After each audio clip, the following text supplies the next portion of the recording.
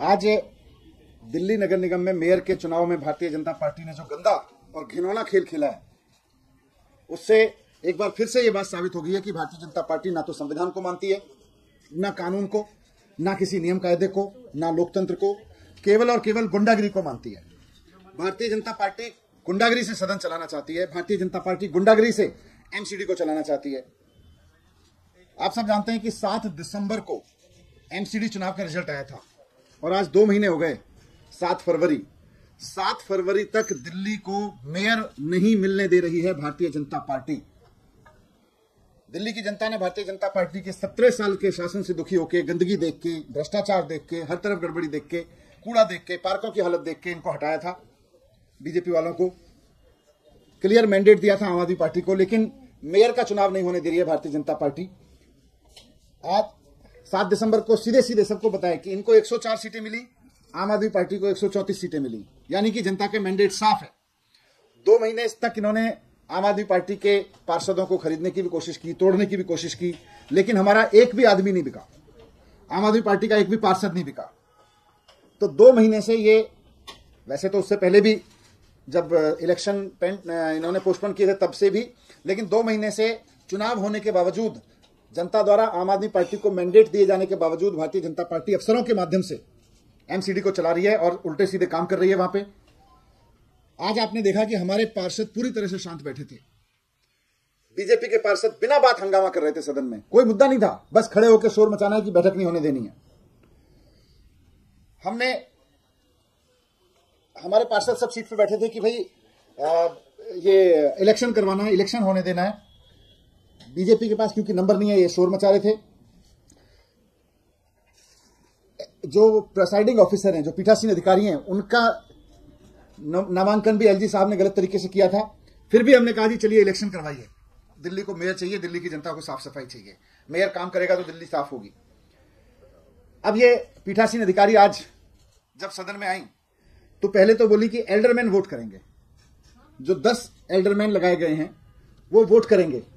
अब इनके बारे में संविधान से लेकर कानून तक में, संविधान में लिखा हुआ है, कानून में लिखा हुआ है कि एल्डरमैन को वोट करने का अधिकार नहीं है। मैं संविधान की लाइन पढ़ देता हूं आपके सामने। कंपोजिशन ऑफ म्युनिसिपैलिटीज, संविधान के आर्टिकल 243R में साफ साफ लिखा हुआ है कि राज्य की जो विधानसभा होगी वो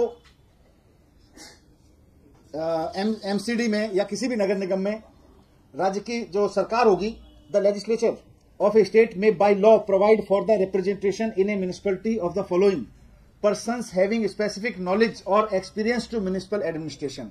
एल्डरमैन इसलिए बनाए जाते हैं कि पर्सन्स हैविंग स्पेशल नॉलेज और एक्सपीरियंस टू म्युनिसिपल एडमिनिस्ट्रेशन, ऐसे लोगों को एडमिनिस्ट्रेशन म्युनिसिपल बॉडीज में एल्डरमैन बनाया जा सकता है।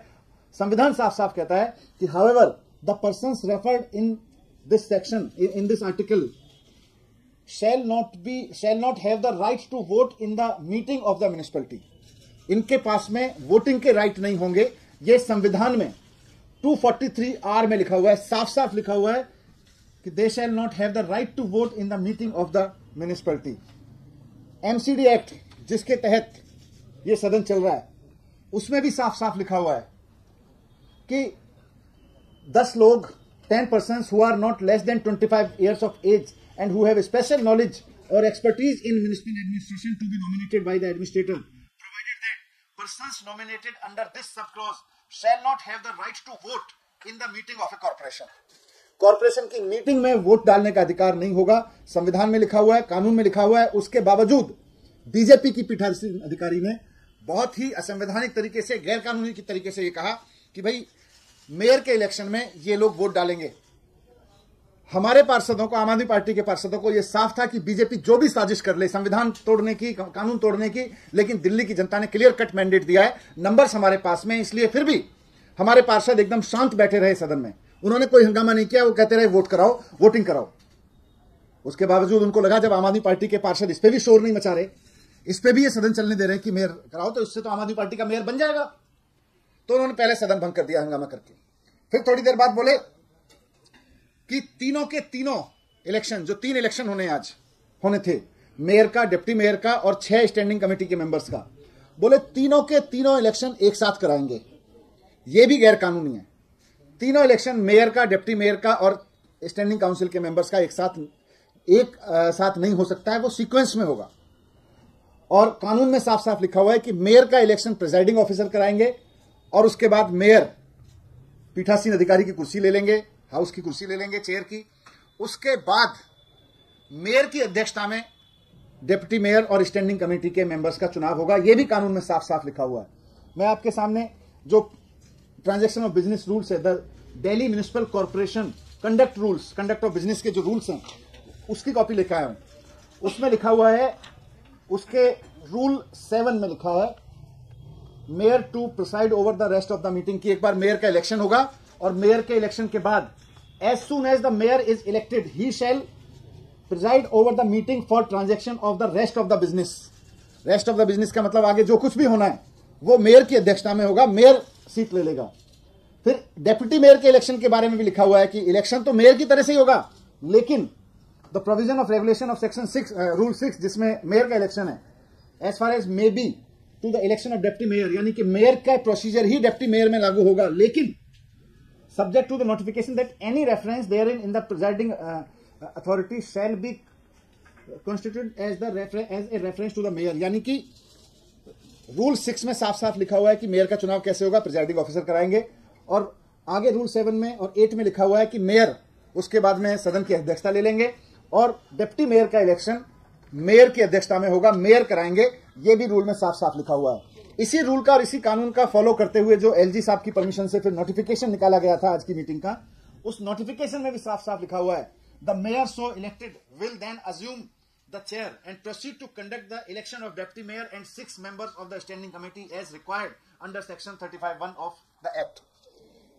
नोटिफिकेशन कह रहा है, रूल कह रहे हैं, कानून कह रहा है, संविधान कह रहा है कि साहब पहले मेयर का इलेक्शन होगा, मेयर के इलेक्शन के बाद मेयर की अध्यक्षता में डिप्टी मेयर का इलेक्शन होगा, फिर स्टैंडिंग कमेटी के मेयर का इलेक्शन होगा। फिर भी गैर कानूनी तरीके से प्रिजाइडिंग ऑफिसर ने आके रूलिंग दी कि तीनों इलेक्शन प्रिजाइडिंग ऑफिसर द्वारा कराए जाएंगे और इकट्ठे कराए जाएंगे। ये गैर कानूनी था, लेकिन आम आदमी पार्टी के पार्षदों को पता था कि ये चाहे जितना कर लें, जनता ने आम आदमी पार्टी की सरकार बनवाई है, जनता ने आम आदमी पार्टी को मैंडेट दिया है। हमारे पार्षद फिर भी चुप बैठे रहे कि तुम गलत करोगे, उसके बाद भी जीतेंगे तो हम ही। अब उनको लगा कि ये तो आम आदमी पार्टी के लोग इस पे भी होने दे रहे हैं इलेक्शन, आम आदमी पार्टी के लोग विरोधी नहीं कर रहे, शांत बैठे हुए। तो उसके बाद वो एक नया रूल लेकर आए। नया रूल लेकर आए कि 2 एमएलए आम आदमी पार्टी के जिनके ऊपर इन्होंने भ्रष्टाचार के आरोप लगा रखे हैं, उनको वोटिंग नहीं करने दी जाएगी। ये कहां से रूल आ गया भाई? अगर ये रूल है तो सब पे लागू होगा, जिस पे भ्रष्टाचार के आरोप हैं। यहां तो लोगों के पास में कोविड के दौरान में कोविड की दवाई की जमाखोरी के भी आरोप लगाए हुए हैं भारतीय जनता पार्टी के सदस्यों के ऊपर, भारतीय जनता पार्टी के सांसदों के ऊपर, सबके ऊपर लागू करो। वैसे तो है नहीं ऐसा कोई रूल, लेकिन इसके बावजूद आम आदमी पार्टी के पार्षद आप सबने देखा चुप बैठे रहे और सोचते रहे, इंतजार करते रहे कि इन सब बदमाशियों के बावजूद, इन सब बदतमीजियों के बावजूद मेयर का इलेक्शन होने दिया जाएगा तो जीतेंगे तो हम ही, जनता ने तो हम ही जिताया है। लेकिन भारतीय जनता पार्टी आज ठान के आई थी कि मेयर का इलेक्शन करना नहीं है। इसके बावजूद जब आम आदमी पार्टी के लोगों ने कुछ नहीं बोला और कहा कि मेयर का इलेक्शन कराओ, तो उसके बावजूद भारतीय जनता पार्टी के लोगों से इन्होंने शोर मचवा के और बिना किसी बात के फिर से एडजॉर्न कर दिया। ये है क्या मामला? ये मामला सारा यह है कि 17 साल में भारतीय जनता पार्टी ने नगर निगम में जितने कुकर्म किए, इनको पता है कि आम आदमी पार्टी का मेयर बन गया तो उसके बाद में वो छिप नहीं पाएंगे, सब सामने आएंगे। जो कूड़ा उठवाने से लेकर, गली गली से कूड़ा उठवाने से लेकर, अंदर गाड़ियां आने से लेकर, जितना जनता को लूटा है इन्होंने और जनता के लूट को, जनता के टैक्स के पैसे को खुला लुटाया है, उसके सबके कच्चे चिट्ठे आम आदमी पार्टी के मेयर के हाथ लग जाएंगे। इसलिए बिल्कुल नहीं चाहते हैं कि मेयर बने। जनता ने इनको हरा दिया है, तो ये इलीगल तरीके से, अनकॉन्स्टिट्यूशनल तरीके से अब अफसरों के जरिए नगर निगम को बीजेपी चला रही है। ये बर्दाश्त नहीं है। अब हम इसके लेके पूरी उम्मीद रखते हैं कि अब जब ये असंवैधानिक काम हो रहा है भारतीय जनता पार्टी द्वारा और गुंडागिरी खुलेआम हो रही है, तो सुप्रीम कोर्ट में इसको लेके जाएंगे और हमें पूरी उम्मीद है कि माननीय सुप्रीम कोर्ट संविधान की रक्षा करेंगे, माननीय सुप्रीम कोर्ट संविधान द्वारा बनाए गए कानूनों की रक्षा करेंगे।